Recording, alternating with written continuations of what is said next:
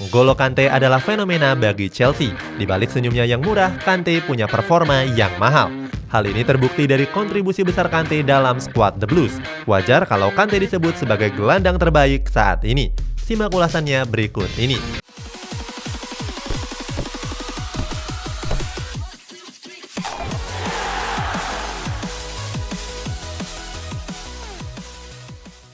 Statistik mengesankan. N'Golo Kante sekali lagi membuktikan dirinya sebagai gelandang terbaik dunia saat ini. Hal ini terlihat dari pertandingan semifinal Liga Champions lawan Real Madrid kemarin. Selain jadi pemain kunci yang mengantarkan Chelsea ke babak final, Kante dinobatkan sebagai Man of the Match. Hal ini adalah buntut dari penampilannya yang luar biasa. Saat itu Chelsea berhasil unggul 2-0 lewat Timo Werner pada menit ke-28 dan gol dari Mason Mount di menit ke-85. Walaupun gak catatkan namanya di papan skor, Kante layak jadi pemain terbaik. Statistik dari Squawka bahkan memberikan rating 9 untuk N'Golo Kante.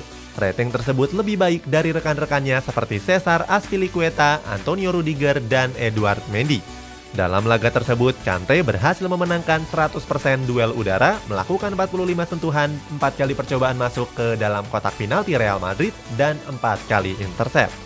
Selain itu, Kante juga berhasil mencatatkan 3 peluang yang salah satunya mengarah tepat sasaran. Kemudian dia juga berhasil melakukan 1 blok dari percobaan pemain Real Madrid. Man of the Match ini juga jadi yang ketiga dalam babak gugur Liga Champions. Sebelumnya Kante jadi Man of the Match pada laga kedua lawan Atletico Madrid dan laga pertama lawan Real Madrid. Daya jelajah yang luar biasa. Kante memang layak dinobatkan sebagai gelandang terbaik. Pemain asal Prancis ini punya daya jelajah yang luar biasa yang gak dimiliki oleh banyak pemain pada umumnya. Daya jelajah Kante yang luar biasa ini sudah terasa ketika dia masih membela Leicester City. Saat itu Kante berhasil mengantar The Fox juarai trofi Liga Premier musim 2015-2016. Pada musim itu N'Golo Kante berhasil mencatatkan 175 tackle dan 156 intercept yang sukses. Hebatnya, 2 angka mengesankan tersebut diraih Kante cuma dalam 37 pertandingan liga. Penampilan sadis itu juga terlihat ketika Kante dipercaya memperkuat timnas Prancis. Di dalam skuad Le Bleu, Kante diplot sebagai gelandang pengangkut air. Hal ini membuat Kante berlari ke hampir semua area lapangan. Nggak cuma itu, Kante juga bertugas mendobrak pertahanan tim lawan dan mengontrol tempo permainan tim. Berdasarkan data dari WhoScored, Kante berhasil mencatatkan rata-rata 2,9 intercept di setiap pertandingan. Angka tersebut jadi yang tertinggi dibandingkan rekan-rekannya. Stamina Kante memang nggak pernah habis. Kante selalu berlari non-stop sampai 120 menit penuh pertandingan.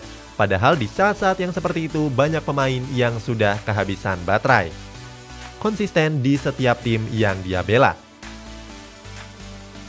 Bisa dibilang Kante adalah pemain impian semua pelatih. Alasannya, Kante selalu berhasil menyuguhkan performa terbaiknya di setiap tim yang dia bela. Satu musim di Leicester City, Kante berhasil mencatatkan 40 penampilan dengan sumbangan 1 gol dan 4 assist. Hebatnya, di musim pertamanya, Kante sudah memenangkan trofi Premier League. Saat itu, Leicester meraih 81 poin, unggul 10 poin dari Arsenal di peringkat kedua. Mereka juga kebobolan paling sedikit dan cuma kalah dari Tottenham Hotspur dan Manchester United. Pindah ke Chelsea, Kante langsung membantu The Blues meraih trofi Premier League musim 2016-2017. Kante juga berhasil memenangkan trofi FA Cup dan Europa League. Walaupun Chelsea sudah bergonta-ganti pelatih, tapi Kante masih memperlihatkan konsistensi permainannya. Hal ini membuktikan kalau Kante juga mudah dalam beradaptasi. Gak cuma di level klub, Kante juga tampil hebat di timnas Prancis. Di gelaran Piala Dunia 2018 yang lalu, Kante berhasil membawa skuad Ayam Jantan meraih gelar juara. Sejak menjalani debut timnas pada tahun 2016 yang lalu, Kante selalu jadi pemain andalan pelatih Didier Deschamps. Dalam catatan tersebut, Kante sudah meraih 45 caps dan menyumbangkan 2 gol. Tetap hebat walaupun sedang berpuasa. Kompetisi Liga Champions musim ini memang berjalan berbarengan dengan bulan suci Ramadan. Sebuah bulan yang mewajibkan seluruh umat muslim di dunia untuk berpuasa. Kewajiban tersebut juga dijalankan oleh sejumlah pemain sepak bola di dunia. Di Liga Champions musim ini terdapat sejumlah nama yang diketahui ikut berpuasa. Mulai dari Mohamed Salah dan Sadio Mane di Liverpool, Karim Benzema di Real Madrid, Riyad Mahrez di Manchester City, serta N'Golo Kante sendiri. Menahan lapar dan haus sejak matahari belum terbit tentu jadi hal yang sulit untuk pesepak bola. Apalagi mereka dituntut untuk terus berlari dalam 90 menit waktu pertandingan normal. Belum lagi jadwal pertandingan yang biasanya digelar di jam-jam menjelang waktu puasa berakhir. Sudah dipastikan kalau mereka harus merumput dalam keadaan kerongkongan yang kering. Buktinya, Kante masih tetap tampil begitu hebat pada laga melawan Real Madrid kemarin. Penampilannya bahkan lebih menonjol dibandingkan gelandang-gelandang beken El Real yang lainnya. Dilansir dari Oh My Goal, Kante pernah merahasiakan puasanya ketika masih bermain di Caen. Padahal saat itu cuaca sedang terik-teriknya, tapi Kante tetap nggak mau membatalkan puasanya. Mustahil untuk dibenci. Satu alasan untuk membenci dan 1000 alasan untuk mencinta merupakan kiasan yang nggak tepat ditujukan untuk N'Golo Kante. Alasannya nggak ada alasan untuk membenci seorang Kante. Kemauan Kante untuk berkunjung ke rumah salah satu fans Arsenal untuk bermain PlayStation dan makan malam bersama mungkin sudah membosankan untuk didengar. Tapi pernahkah kamu mendengar kalau Kante pernah bekerja sebagai pengumpul sampah? Saat itu Kante membantu ayahnya untuk mengumpulkan sampah dari pinggiran jalan.